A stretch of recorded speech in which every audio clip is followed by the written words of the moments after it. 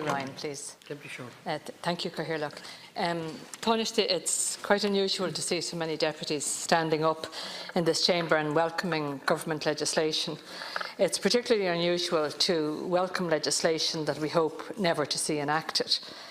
Looking through this mammoth bill, it is extremely jarring to confront the fact that in a few short weeks, unless Article 50 is extended, we will have an external EU frontier cutting across this island. While I commend the government on this complex piece of legislation, it is a matter of huge regret that we should have to discuss this issue at all. As I've stated previously in this chamber, as others have, there is no such thing as a good Brexit. The relationship between Ireland and the United Kingdom, as it is today, as partners in the single market and customs union, with almost frictionless movement of people, is as close to the optimum that can be achieved in terms of social and economic cooperation between two independent states. But the United Kingdom has chosen to walk away from that arrangement. They've also chosen to walk away from similar relationships with 26 other member states. From the perspective of a neighbouring state, it is really baffling. It's a baffling decision and a heavy responsibility that the Conservative Party will have to bear into the future.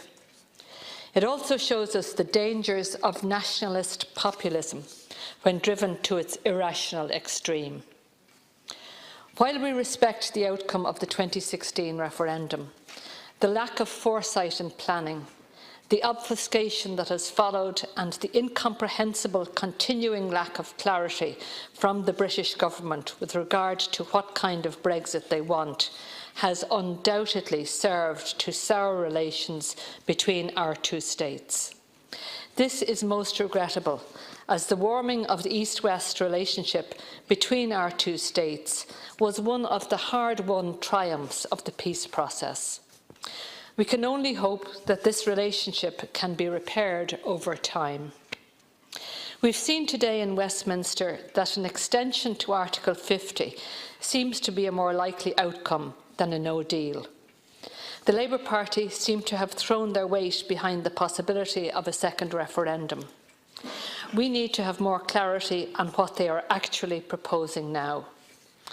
If Article 50 is indeed extended, I would urge the Taoiseach and Taoiseach to work to ensure that it is for as tight and defined a period as possible.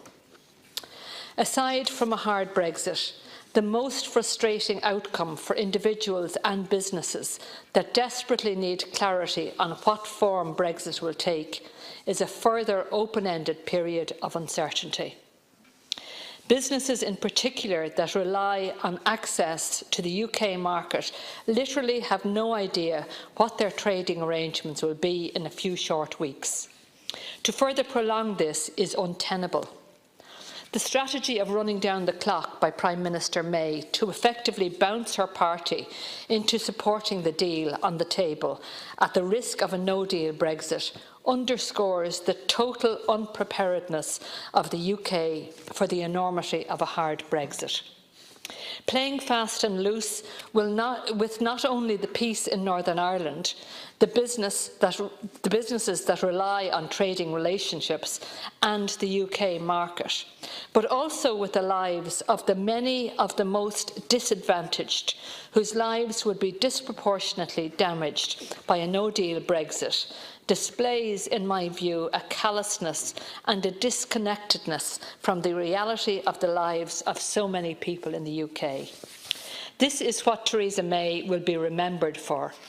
A Prime Minister who tore up her own deal when she was faced with the same malcontents from the extremes of the British political spectrum, who fought for Brexit without a plan on how to deliver it in the first instance. A Brexit that will come at the expense of the British public, their jobs and businesses, regardless of what form it takes. With regard to the bill itself, Cathaoirleach, I commend the work that has gone into this document. It contains a number of very complex provisions spanning several government departments that would attempt to minimise the massive disruption that a disorderly Brexit would cause. I particularly welcome the proposed changes to the VAT regime for importers that would continue to treat the UK on the same terms as a member state for the purposes of making VAT returns every 2 months on imports, as opposed to when they arrive in Ireland. This measure will be of particular benefit to small and medium-sized enterprises that do not have sufficient capacity or a sustainable cash flow that would allow for continuous VAT payments. This is a particularly welcome measure as it goes some way to addressing an area that I believe that the Government has been weak on in terms of Brexit preparedness: support for small and medium enterprises. Part 3 of the bill makes reference to the role that Enterprise Ireland will play in enhancing, quote, support to companies involved in research and development, end quote, to allow them to continue to operate and expand. There is also provision for additional lending and investment instruments in certain circumstances. While these measures are welcome, I do not think that it is credible that this measure should be offered in an after-the-fact measure if this bill is ever needed. I would urge the Minister for Business, Enterprise and Innovation to speak to small and medium-sized enterprises to fully ascertain their needs. Small businesses can't afford to prepare for a no-deal Brexit, while big business can't afford not to. The Brexit Loan Support Scheme was a welcome plank of the Government's preparedness strategy, but we have heard serious and repeated claims that the scheme did not take into full consideration the specific needs of small and medium business when it came to capacity to make applications. If Article 50 is extended, I would ask the Minister to work to further develop the strategy to assist this sector to prepare for Brexit, to ensure that they are fully cognisant of the existing supports and work to develop additional sector-specific solutions as needed. I wish to conclude on this note. While the Government and the EU26 have thus far stood fast on the need for a legally binding backstop to be a core part of the withdrawal agreement, as the deadline looms, I hope that no member state is tempted to blink. Certain elements in Eurosceptic governments who may be more susceptible to bilateral lobbying from the UK have, in recent months, made some worrying comments regarding Ireland's role in the current impasse. This cannot be allowed to become a narrative as the prospect of a no-deal Brexit approaches.